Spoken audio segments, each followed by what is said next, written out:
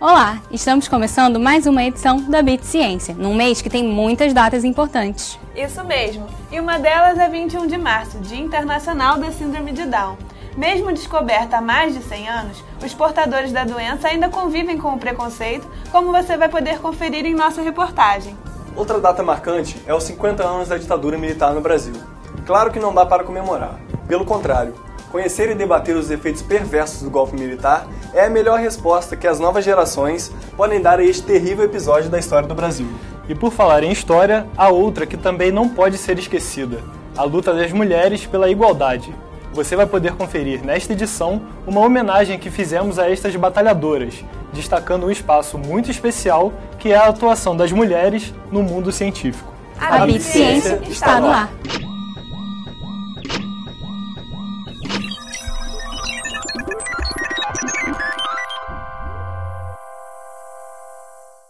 E iniciamos este programa destacando os dias 26, 27 e 28 de março. É quando acontece o primeiro seminário da Bit Ciência. Isso mesmo, o primeiro seminário Bit Ciência começa já já. Ele é resultado de mais de um ano de pesquisa e trabalho que envolve a realização do nosso projeto. O tema central é a relação do audiovisual com a ciência, mas tem muito mais.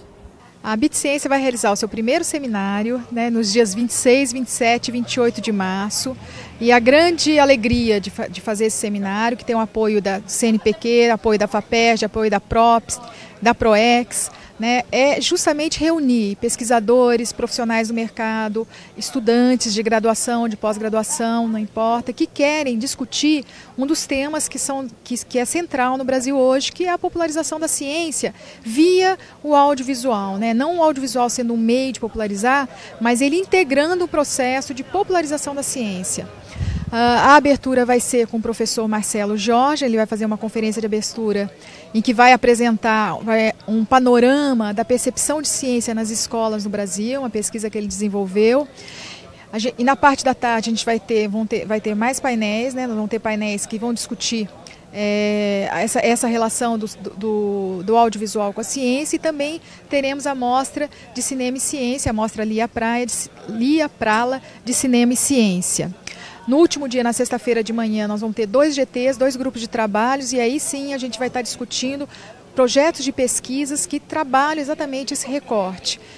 Então o convite fica aberto, todo mundo que quiser participar será bem-vindo, principalmente os educadores de todas as redes, básica, universitária, e a gente conta com vocês para que o seminário realmente seja um sucesso. O seminário também terá uma mostra de cinema organizado pelo Lia Prala, que é um dos laboratórios do IACS que investiga o audiovisual. Então, na mostra Cinema e Ciência, a gente resolveu fazer uma parceria com o Festival do Minuto, que é um importante festival que trabalha com produções, com microproduções, com realizações audiovisuais de até 60 segundos. E eles fizeram um festival no ano passado que o tema era audiovisual e ciência. A gente achou interessante que esses filmes dialogavam com a proposta do BITS. Então, por isso a gente pensou 2 mostras, uma na quarta e uma na quinta, que vai ter exibição desses micrometragens para apreciação do público. Aí, na quinta-feira, a gente resolveu planejar produções tanto de cunho cinematográfico quanto produções realizadas para a TV que tivessem relação com a educação e o audiovisual. Então, o primeiro filme pensado foi Esse Makiriwanri, um debate na saúde indígena, realizado por alunos daqui da UF e por psicólogos também formados da UF, debatendo a questão da saúde indígena. E a gente também trouxe o produtor da Segunda-feira Filmes, Davi Kolbe, que tem uma relação de parceria intensa com o Canal Futura, e ele vai trazer algumas produções que foram realizadas pela produtora para esse canal. E aí, depois da exibição desses 2 filmes, a gente vai trazer o bate-papo para as pessoas poderem compartilhar suas questões junto com esses realizadores. Para finalizar os trabalhos do seminário, a gente vai ter a exibição de 2 filmes, o Oriximiná e o Expedição Marajó, na sexta-feira à tarde. Lembrando que o seminário acontecerá no Auditório Interarte do IACS, Instituto de Arte e Comunicação Social da UF. A programação completa você pode conferir no site www.seminariobitsciência.uf.br. Esperamos por você! Mudando um pouco de assunto, vamos agora apresentar a matéria sobre a Síndrome de Down. Como falamos, o mundo todo marca o dia 21 de março como uma data para discutir a síndrome e suas consequências. Pois é, um dos motivos deste dia é que, apesar de ser uma síndrome que acontece frequentemente, as pessoas ainda têm preconceito. Sim, mas tem também o outro lado, pais e portadores da síndrome que têm se empenhado em esclarecer a população sobre a melhor forma de conviver com a doença, incluindo o estímulo ao tratamento adequado. Vamos ver? Observem os olhos, que têm a prega nos cantos, e a pálpebra oblíqua, o dedo mindinho das mãos arqueado para dentro, achatamento da parte posterior do crânio, a hipotonia muscular, a baixa implantação da orelha e... Nesse trecho do livro, O Filho Eterno de Cristóvão Teza, ele mesmo, o pai, recebe as primeiras informações do médico de que o filho tem síndrome de Down e entra em choque. Ele não sabia, naquele momento, como alguns ainda não sabem, que as pessoas com síndrome de Down têm muito mais em comum com o resto da população do que diferenças. Afinal, todos temos nossas limitações. Felizmente, hoje, a luta pela superação do preconceito tem muitos aliados. E muitos pais e pessoas com a síndrome já sabem que o acompanhamento correto permite o desenvolvimento de várias capacidades. Antigamente eu não sabia o que é a síndrome de Down. Primeiro impacto. Quando eu descobri que era a síndrome de Down, não é doença. É só deixar aparecer. Porque ele quer ser reconhecido e incluído na sociedade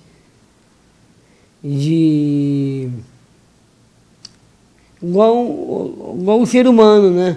Igual esse cara de camisa azul, igual a Cris, igual você, igual a mim, igual a todos no mundo.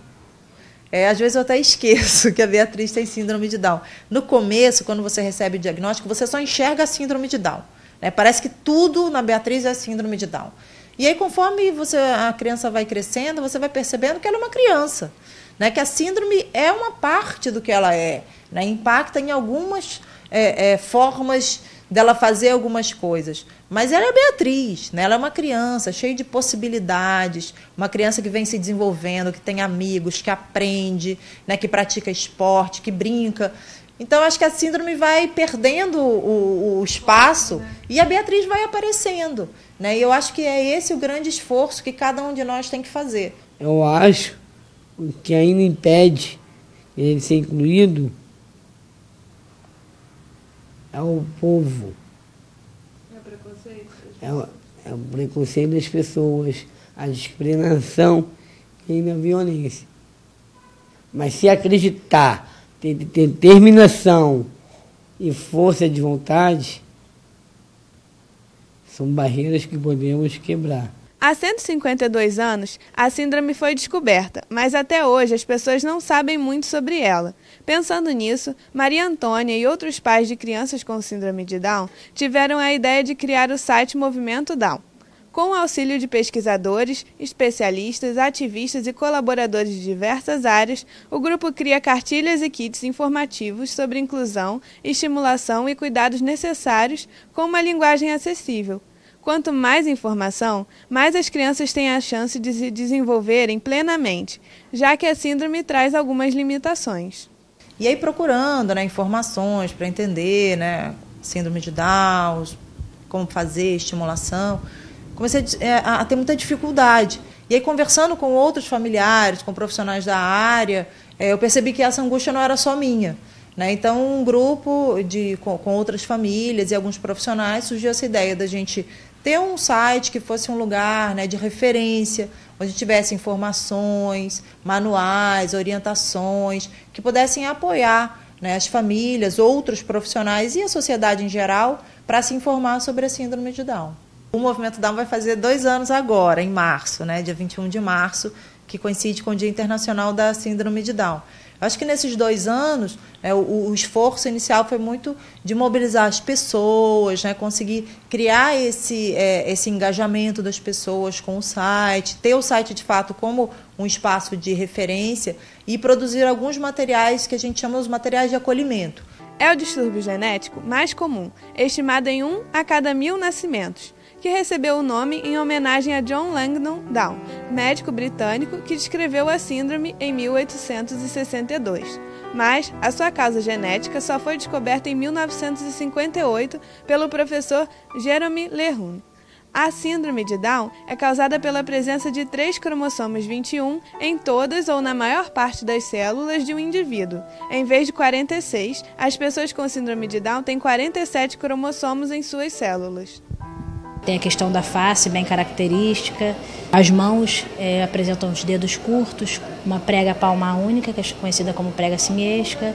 Então eles têm algumas características físicas e algumas clínicas, como alguns problemas de saúde que são mais frequentes nessas pessoas que possuem a síndrome, né? No caso, o principal seria os defeitos cardíacos congênitos, que acometem uma quantidade muito grande de portadores da síndrome. Eles têm um risco aumentado para o desenvolvimento de leucemias e algumas doenças do sistema gastrointestinal.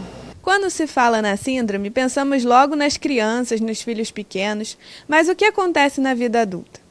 Breno tem 33 anos e trabalha no movimento Down como autodefensor. Ele é um exemplo de que as pessoas com a síndrome podem trabalhar, se divertir e ter uma vida normal. O meu trabalho, antigamente, eu trabalhava como conteúdo e como coordenador de conteúdo acessível. Eu que preparo os textos, antigamente, deixava mais simples, mais acessível.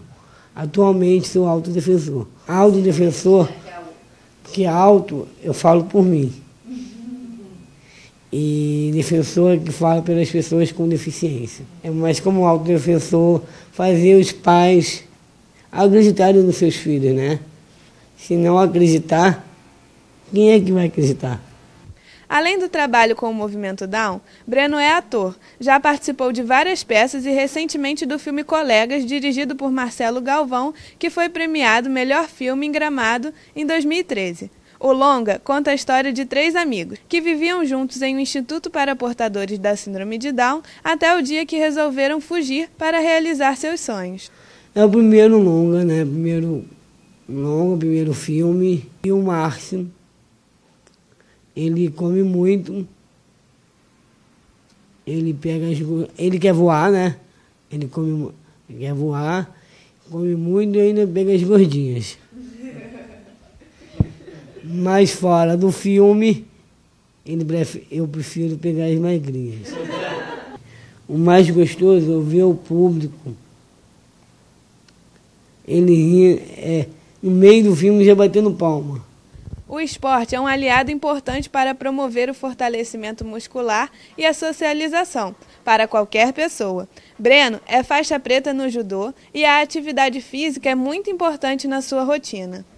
O esporte não só é importante porque ele também tem alguns exercícios que faz a gente desenvolver mais rápido. Mas ainda tem muito desafio pela frente. As pessoas com síndrome de Down, elas têm necessidades ainda de ter uma maior inserção no trabalho, no mundo do trabalho. As próprias famílias precisam de mais orientação sobre como lidar com seus filhos adultos, de não infantilizar, de permitir que eles tenham uma vida plena, uma vida amorosa, sexual. Então, assim, eu acho que tem ainda muitos desafios para a gente tratar aí. Existem muitos estudos sobre a síndrome de Down e seus tratamentos. Já se sabe, por exemplo, que as pessoas com a síndrome têm uma tendência a ter um nível baixo de ácido folínico e a vitamina B12, que são muito importantes para o metabolismo. Há várias substâncias que os médicos podem indicar para minimizar algumas limitações, mas, geneticamente falando, ainda não se sabe por que ocorre a mudança no cromossomo. É isso que uma das pesquisas do Laboratório de Genética Humana aqui da UF trabalha. Os mecanismos que fazem com que ocorra essa não disjunção, esse erro na formação da célula, ainda não são muito bem esclarecidos. Então, a nossa pesquisa aqui é uma pesquisa dentro disso, tentando buscar possíveis fatores que poderiam estar influenciando nessa não disjunção. No nosso caso especificamente, a gente trabalha com uma análise de polimorfismos, que são pequenas alterações que ocorrem no DNA, na tentativa de correlacionar se de repente algum polimorfismo existente nessas enzimas poderiam estar influenciando e atuando como fator de risco para a não disjunção. Por exemplo, uma pessoa que apresente aquele polimorfismo, aquela variação, no caso as mães estariam mais suscetíveis a gerar uma criança com síndrome de Down. Uma cura para síndrome, não tem uma cura para síndrome, né? Assim como para qualquer doença genética. E esses indivíduos, eles têm todas as células do corpo, principalmente na maioria dos casos, todas as células possuem esse cromossomo a mais. Então não existe uma cura para síndrome de Down. Existem os tratamentos para toda a clínica que acompanha o paciente, né? E isso vai variar, todos eles desde criança eles já entram com acompanhamento com tudo isso, é multidisciplinar, né? Uma equipe muito grande que é envolvida para o tratamento desses pacientes. Assim, família família é importante de tudo. Porque o apoio é fundamental, o carinho. Eu tinha uma dificuldade, um pouco de andar. Aí, como minha mãe disse, meu filho, se esforça um pouquinho mais, que você pode, acredita. Eu tenho certeza disso. É muito importante que todas as áreas trabalhem para a inclusão de pessoas com qualquer deficiência. Verdade, Camille. E agora, continuando na área da saúde, nós vamos falar da LER e da DORT. Bom, só para esclarecer, LER é a lesão por esforço repetitivo e DORT é a doença osteomuscular relacionada ao trabalho. São doenças caracterizadas pelo desgaste de estruturas do sistema músculo-esquelético, que atingem várias categorias profissionais. Confira. Você já deve ter ouvido falar sobre LER ou sobre as lesões causadas por esforço repetitivo, certo? Mas você sabe que essa é uma das doenças relacionadas ao trabalho que mais cresceu nos últimos anos e já chega a ser considerada uma das epidemias modernas que atinge 8 a cada 10 pessoas?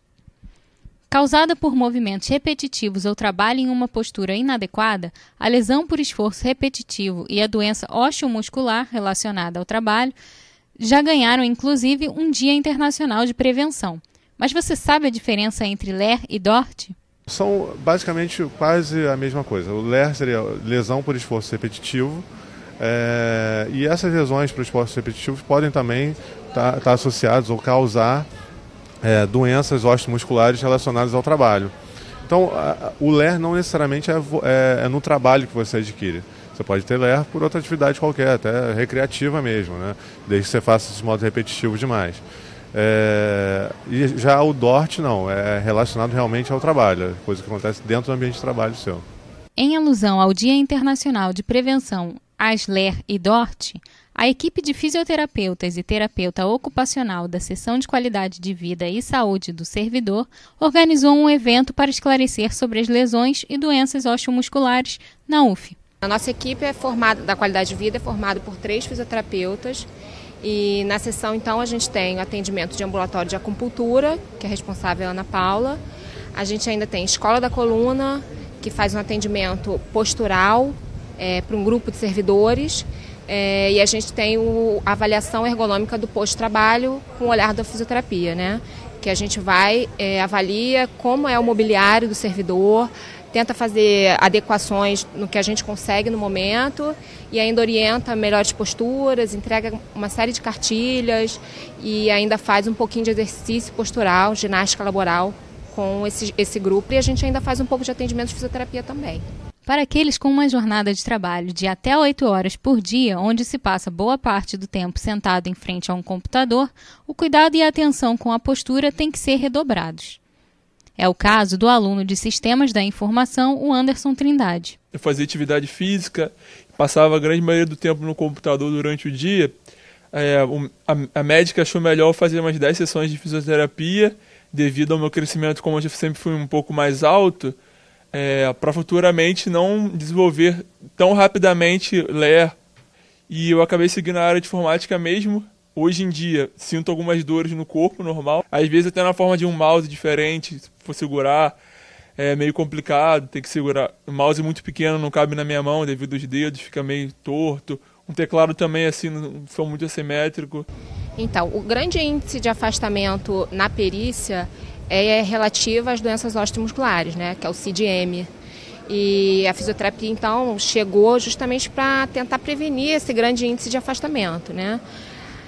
Todos esses trabalhos que eu falei para você é na questão da prevenção, mas a gente atua também na questão de atendimento, de assistência ao servidor que já é acometido. É interessante que a pessoa informe o que ela faz no dia a dia dela, incluindo a atividade laboral dela, e a partir daí o médico que for avaliar vai tentar fazer uma relação com o trabalho ou não, né? Pode também excluir o trabalho. E são várias as doenças que podem aparecer com isso, né?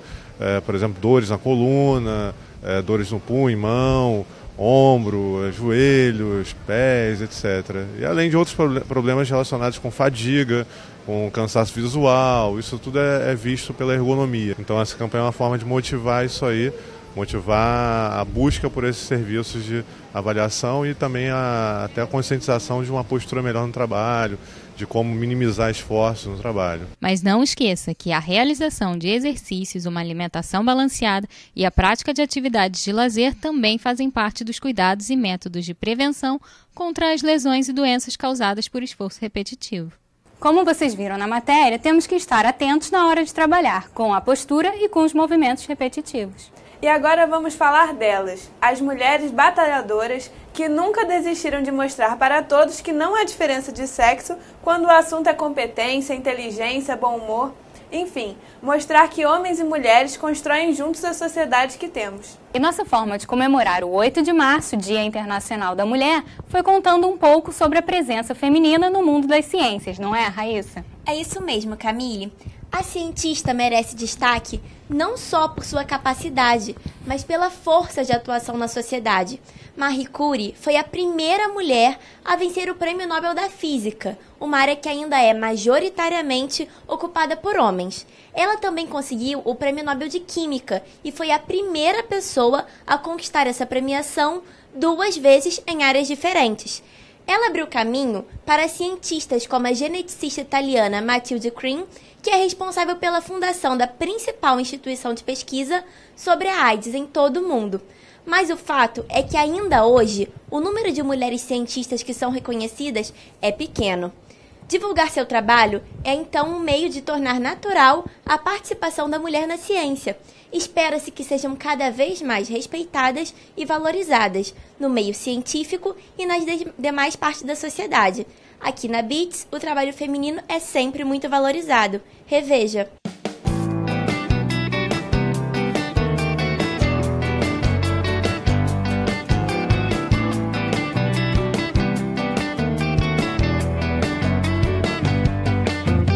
Já que você veio, eu fico mais feliz. Me sinto bem mais à vontade. Toda a alegria do que a gente diz nos tons da nossa amizade. E aonde quer que a gente vá, tão bom que esteja todo mundo junto pra cantar. Tão bom quando que a gente transforma esse lugar. Tão bom que esteja todo mundo junto pra cantar. Tão bom quando que a gente transforma esse lugar. É ou não é? Oh! Yeah!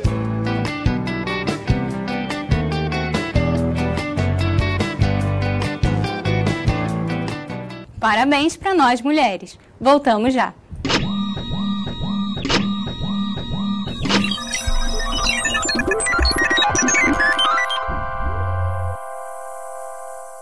O primeiro passo é uma festa. O início de um longo caminho repleto de novidades e certezas, seguido de desafios um pouquinho mais complexos. E logo chegam as incógnitas e as dúvidas. Porque é aprendendo com os erros que chegamos aos resultados. E a cada resultado é possível dar um novo passo. Um grande passo para um novo sistema. Um conjunto infinito de possibilidades. Matemática, um passo para a vida.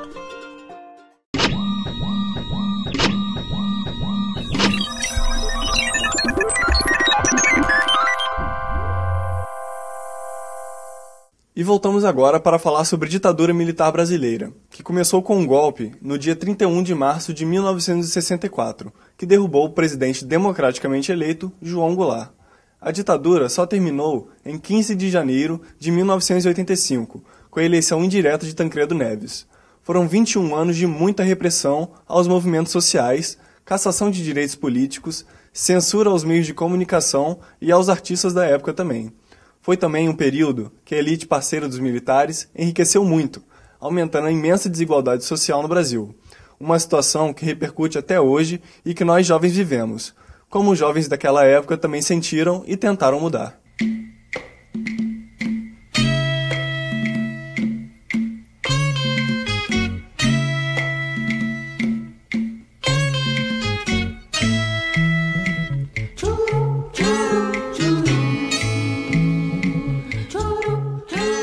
Hoje, o país é livre politicamente, mas ninguém pode negar que 21 anos de ditadura não acabam de repente.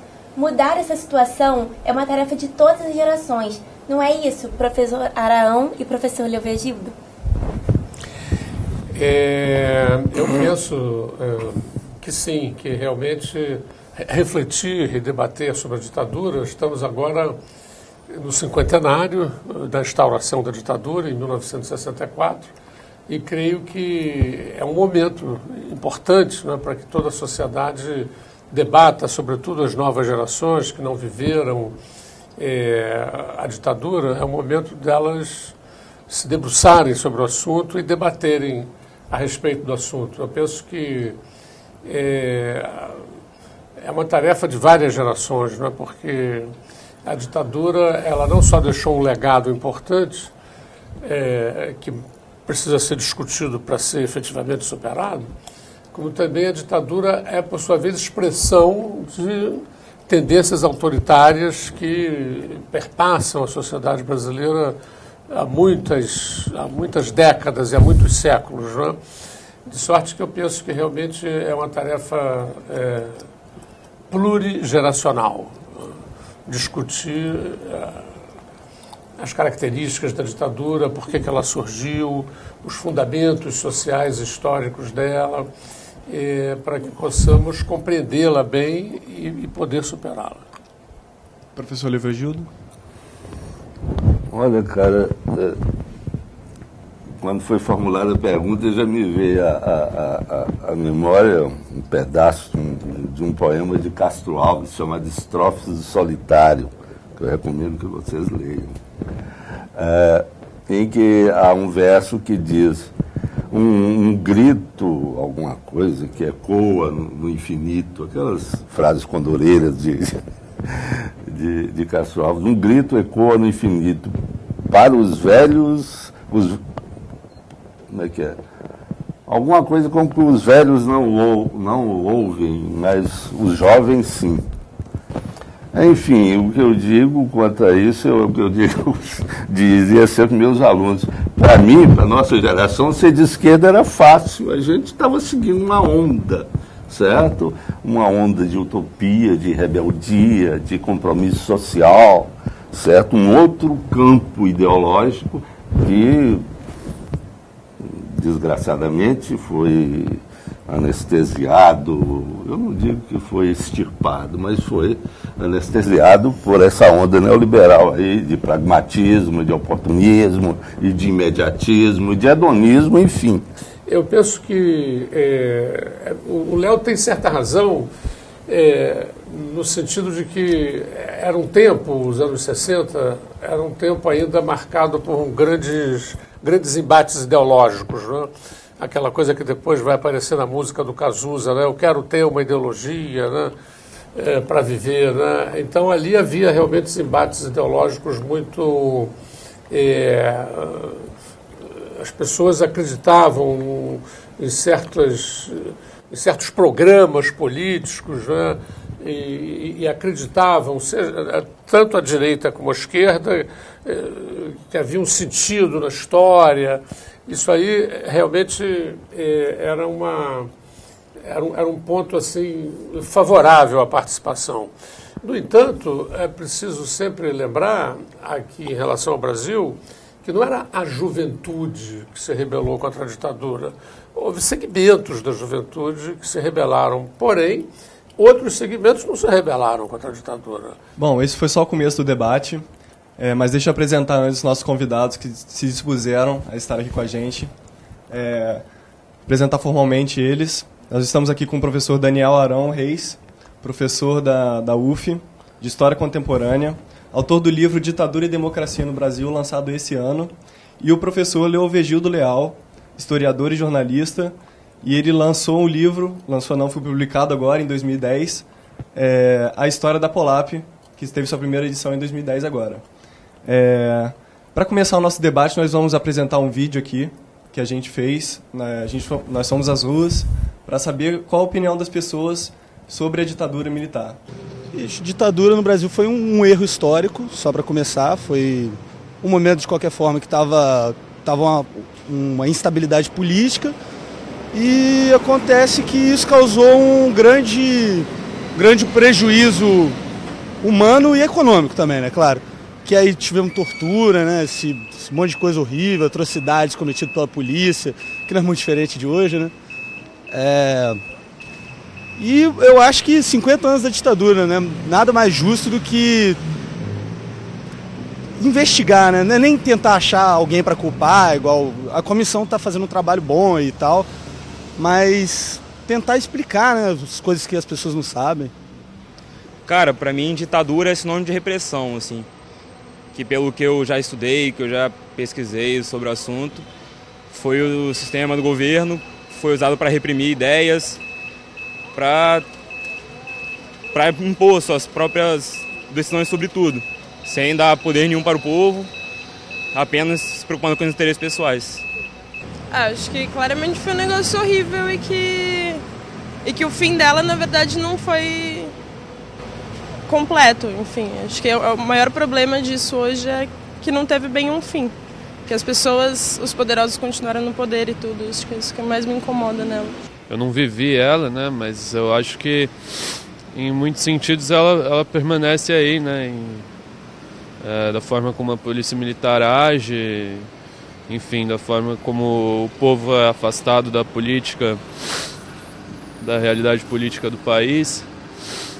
Então acho que em várias maneiras ela permanece e isso é muito nocivo para a nossa democracia atual. Perdi muitos amigos, mudei muitas vezes a minha própria situação de vida em função da ditadura. Jamais gostaria de ver a ditadura de novo nesse país. Bem, como a gente viu no vídeo agora, queria saber a opinião de vocês sobre essas falas que a gente viu agora.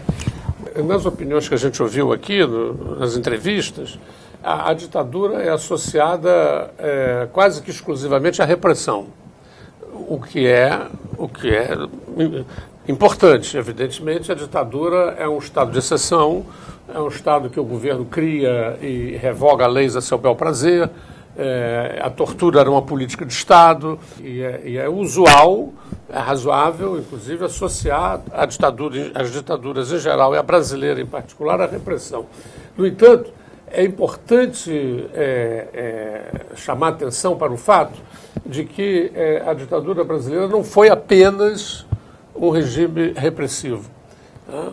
Ela foi também um regime, em primeiro lugar, quando ela se instalou, ela foi muito apoiada, ela teve apoios significativos na sociedade, houve um grande movimento de massas no Brasil de apoio à ditadura, que foram chamadas marchas da família com Deus pela liberdade, instituições veneráveis, como por exemplo a OAB, a ABI, a CNBB, que muito justamente figuram como baluartes das lutas democráticas. Pouca gente sabe que elas só migraram para as lutas democráticas a partir do final dos anos 60 e início dos anos 70. A CNBB apoiou o golpe, a OAB apoiou o golpe, a ABI silenciou diante do golpe e depois confraternizou frequentemente com os ditadores de plantão. Tá? Então isso precisa vir à tona. Houve repressão? Houve. Ele relaciona todos os caçados, mas foram minoritários. E a Universidade Brasileira sofreu um salto para diante ao longo da ditadura. Eu, quando falo sobre a ditadura, eu digo a metáfora mais utilizada para falar da ditadura era anos de chumbo. O chumbo grosso realmente foi usado contra aqueles que se rebelavam abertamente, com armas ou sem armas na mão. Levaram chumbo grosso. Porém, eu digo também, foram anos de ouro, os anos, sobretudo os primeiros anos, a primeira metade da década de 70, anos de ouro, anos de grande desenvolvimento econômico, anos de autoglorificação. Havia uma certa euforia no Brasil que não contaminava só as elites, não contaminava só o Brasil, ame ou deixo, ninguém segura esse país. Eu estava no exílio, mas me mantinha bem informado sobre o que acontecia no Brasil e depois estudei bastante essa conjuntura, tenho estudado através de teses e dissertações sobre aquele tempo e realmente as pessoas, não houve evidentemente unanimidade, sempre se preservou uma oposição importante à ditadura, que iria desembocar inclusive nas eleições de 74, porém houve muito apoio, e esse apoio é compreensível nas margens que a ditadura abriu do ponto de vista da modernização desse país. Quer dizer, então a ditadura não foi apenas repressão, ela foi também criação de oportunidades, ela foi modernização, e só assim que você pode entender que as lutas pelo restabelecimento da democracia no Brasil tomaram um rumo bastante moderado. Né? Bem, de início eu acho que o termo anos de ouro é pouco cuidadoso. Eu jamais usaria isso. Porque a palavra ouro tem uma conotação significativa de positividade. O que houve de fato, e se você para pensar, é que capitais se acumularam naquele... há que fazer uma análise fundamentalmente econômica e infraestrutural para se saber por que houve esse crescimento econômico. São dois conceitos próximos, mas diferentes. Desenvolvimento econômico, certo? E crescimento econômico. Quando você fala em desenvolvimento econômico, você está incorporando os fatores de salário nesse processo de crescimento. Quando você fala só crescimento, no Brasil o que houve foi um processo de crescimento econômico, de acumulação de grandes capitais, houve um desenvolvimento da indústria petroquímica muito grande, absolutamente significativo, e de telecomunicações e a indústria automobilística que deu um salto de qualidade, certo? Agora, isso é um custo social imenso. A palavra de ordem central de toda a esquerda que estava aqui no Brasil é luta contra o arrocho salarial. Isso se fez a custo, porque foi um processo de modernização produtiva e que levou a desemprego. E nós estamos vivendo esse desemprego até hoje. Aquele desenvolvimento é causa das favelas que a gente vê hoje, que o Brasil é um dos países mais favelizados do mundo.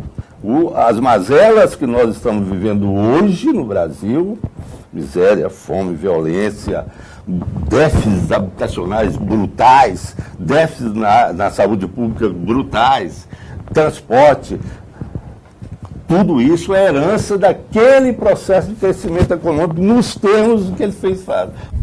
A gente queria ter uma visão mais ou menos do que vocês consideram o ensino sobre ditadura no ensino fundamental e no ensino médio.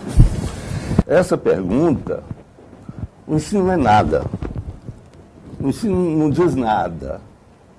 O fato que eu estava comentando com o Daniel há pouco é que o aparato repressivo da ditadura está absolutamente intocado. Se tortura diariamente em todas. Não há exceção. Se tortura diariamente em todas as delegacias do Brasil. Isso é fato. Eu dei aula numa universidade que tinha muitos policiais, eu discutia com um curso de direito, né, que todo policial fazia muito. Então, discutia muito com eles e me preocupei com essa questão, porque eles me relatavam coisas, ó, professor, que, enfim, falavam baixinho e tal. E eu me preocupei com essa questão e fiz levantamentos, e a constatação é essa. Todas as delegacias se torturam no Brasil. O aparato não foi tocado, nem pelo seu Collor, nem pelo seu Sarney, nenhum deles, e muitíssimo menos pelo senhor Lula e pela senhora Dilma. E não toca desse aparelho. Assim como os princípios pedagógicos que orientam a política educacional no Brasil. Isso é uma coisa muito grave. Essa pergunta é extremamente pertinente. Extremamente pertinente. Certo? Os governos que se seguiram a ditadura muito bem poderiam botar uma arma e 4 estrelas no ombro e era a mesma coisa. Em relação ao ensino universitário, houve uma mutação durante o período ditatorial, a abertura de oportunidades muito substancial. E do ensino público, a ditadura conseguiu universalizar o ensino primário no Brasil, à custa de um rebaixamento fundamental da qualidade do ensino, né? Sem dúvida. Ela não investiu na preparação de professores, mas ela deu espaço que foi importante. Considerando-se o passado, é preciso lembrar que em 1964, mais de metade da população adulta brasileira era analfabeta e não votava. O Estado de Direito autoritário que existia no Brasil excluía do jogo político todos os analfabetos. Ou seja, a ditadura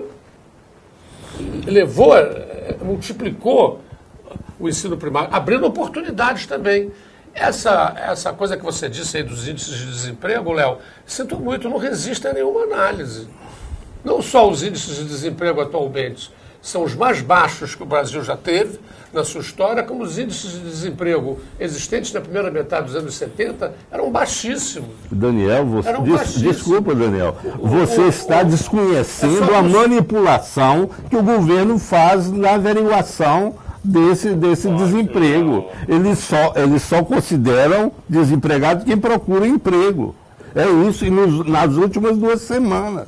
E assim é fácil dizer que não tem desemprego. O Brasil chegou a níveis próximos ao pleno emprego na época do milagre econômico.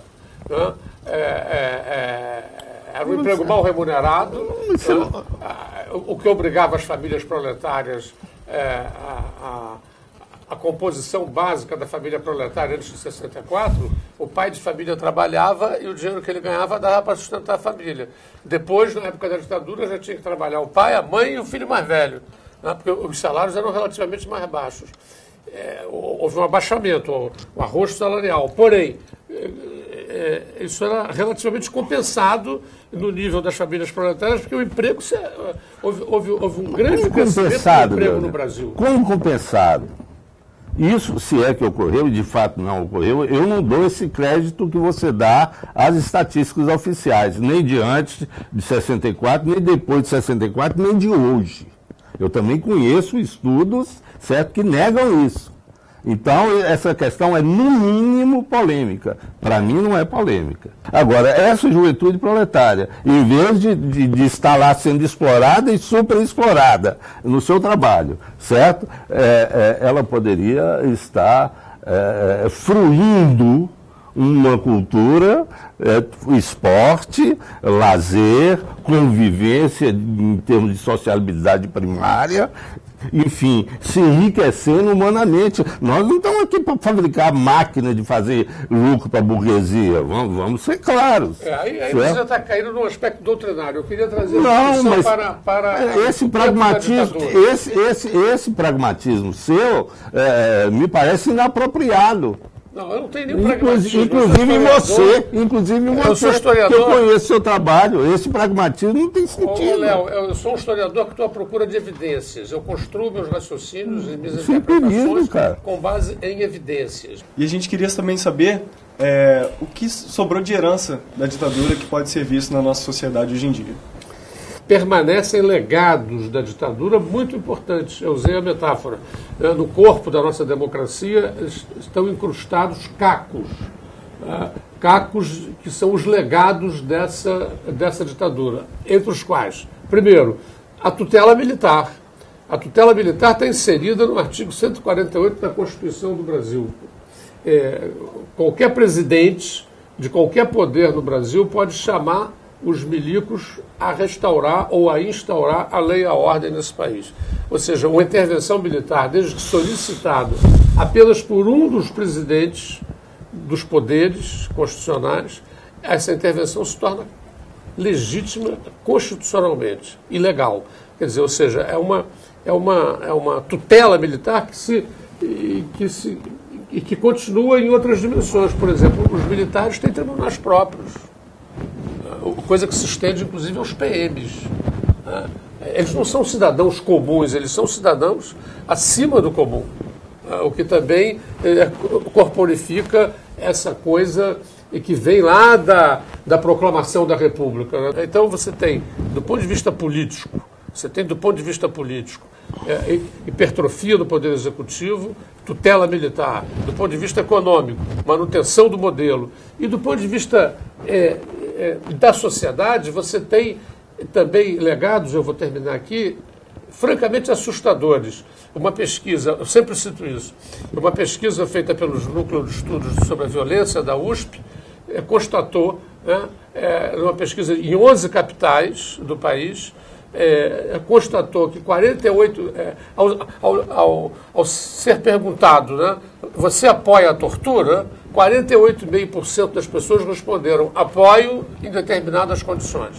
Quer dizer, ou seja, você tem uma cultura de violência, uma tradição autoritária, quisera que esses 50 anos da ditadura servissem para a gente discutir isso, para a gente aprofundar essa discussão, porque o autoritarismo não se limita às elites dominantes, ele é super potencializado pelas elites, mas ela perpassa, como não poderia deixar de ser, a ideologia dominante é a ideologia das classes dominantes, você perpassa a sociedade, essa cultura autoritária. O que eu quero dizer com isso é o quê?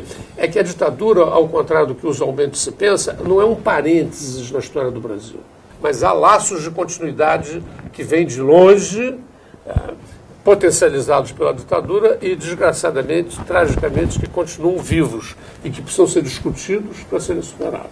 Eu tenho que concordar com palavras do Daniel. Eu só acho que esses pedaços da ditadura são maiores do que o resto do corpo. Porque se você pega o tronco, aquilo que é o elemento estruturante da prática social como um todo e das relações sociais, ou seja, esse modelo de país, né, esse modelo de educação, esse modelo de pensar, certo? A ideologia dominante, vou usar uma palavra, certo? Isso vem da ditadura e mesmo que vem antes. A ditadura é filha de Floriano Peixoto, certo? A ditadura é filha de Getúlio Vargas, certo? Essa coisa não vem de agora, certo? Agora, o que a gente tem que ver, e eu concordo com que o risco imediato de ditadura não existe. Principalmente porque a burguesia não precisa disso. Uma ditadura hoje prejudicaria os negócios da burguesia, e essa é a questão central. Na hora que uma ditadura favorecer os negócios da burguesia, como agora a gente está vendo, um exemplo mais claro. Esses grandes eventos esportivos constituem um grande negócio, certo? E são bilhões de dólares que estão rolando. E tome de Robocop, tome de pancada nos outros, tome de criminalização. Práticas tipicamente ditatoriais, do período ditatorial. Por um aparato herdado da ditadura de forma intocada. E aperfeiçoado. Olha, o governo Dilma falou, olha, eu estou dando aqui 2 bilhões de reais, isso foi semana passada, deu 2 bilhões de reais para armar, treinar, uma força de 150 mil homens para reprimir durante a Copa. O povo brasileiro é democrata, infelizmente. Eu acho que é um problema grave ele ter esse sentimento democrático. A gente tem que... É uma questão política, de visão ideológica, que chamam de doutrinária, mas esse é o problema. O povo brasileiro, no geral, é democrata. certo? E isso ficou muito claro que mesmo sob uma ditadura pesada, em 1974 foi um tiro de largada para a ditadura acabar, que foi uma vitória assustadora, assim, a todos surpreendeu essa vitória do PMDB, na época chamava MDB, do MDB nas eleições. Uma coisa, chegaram a fazer maioria no Senado, o governo ficou maluco, a ditadura ficou maluca. Já estava no processo de abertura patrocinada pelo Geisel, certo? Isso o Geisel tomou posse no início do ano, final do outro, não sei se foi janeiro ou março, coisa que ele tomou posse, esqueci, e esse fato foi em novembro, essa eleição histórica que teve no Brasil, que o MDB deu uma sua, e a partir daí, ou seja, o que significou objetivamente aquela vitória do MDB? A burguesia já não precisava mais da ditadura. Naquele momento ela não precisava mais. Certo? Inclusive deixou uma herança brutal, e os milicos, a gente tem informações e documentos, estudos, os milicos falaram, tirei esse povo daqui, aquela história, certo? Eles tinham criado, com a sua política econômica, eles tinham criado aquele processo brutal de endividamento e uma inflação altíssima. Você tinha inflação de 17%, 16% durante o governo Figueiredo, certo? Aí o Geisel arrumou aquilo, ó, vamos tirar nessa linha que o Daniel falou. As Forças Armadas no Brasil é uma casta, tá ali mais do que até que uma classe, né? É uma casta. Então o Geisel tirou o corpo, inclusive com interesses, corrupção no meio militar já tinha engraçado, estava desmoralizando as Forças Armadas, certo? Aquilo não servia mais à burguesia, deixou de servir à burguesia, certo? E nós tivemos uma saída da ditadura hegemonizada pela burguesia. Esse é o problema. Essa é a discussão. Que classe social hegemonizou a saída da ditadura? Foi a burguesia. Por isso que está essa porcaria aí. Por uma questão de tempo, a gente vai ter que parar o nosso debate, nossa discussão. A gente queria agradecer a presença dos nossos convidados, o professor Daniel Arão Reis, o professor Leovegildo Leal, e a gente continua aí com a BITS. Continua assim, Lucas.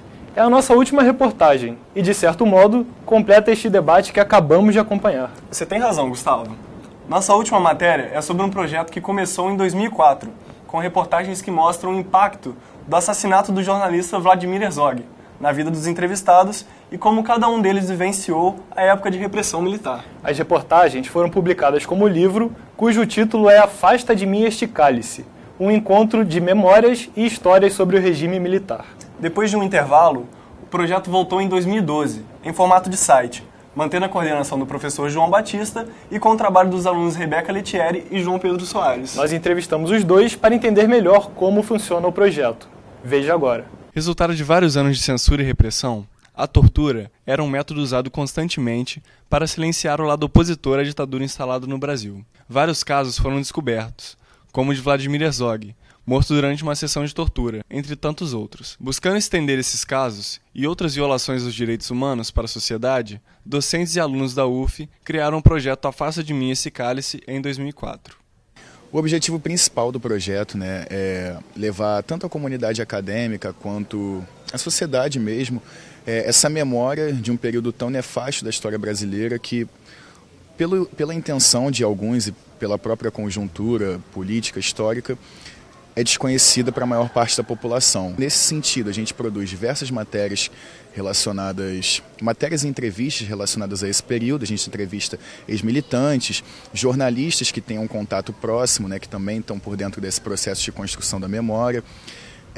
Cobre eventos que tenham esse objetivo, como aqueles organizados pela Comissão da Verdade. Em 2012, o projeto buscou modernizar suas formas de divulgação, com a página no Facebook, promovendo debates e eventos relacionados à ditadura e também atualizações no site, com galerias de fotos, notícias e artigos produzidos não só por eles, mas por quem se interessa pelo assunto. A gente também busca ter um compromisso com a questão dos direitos humanos nos dias de hoje também, e na época das manifestações a gente promoveu no nosso blog a publicação de diversos artigos, tentando analisar isso.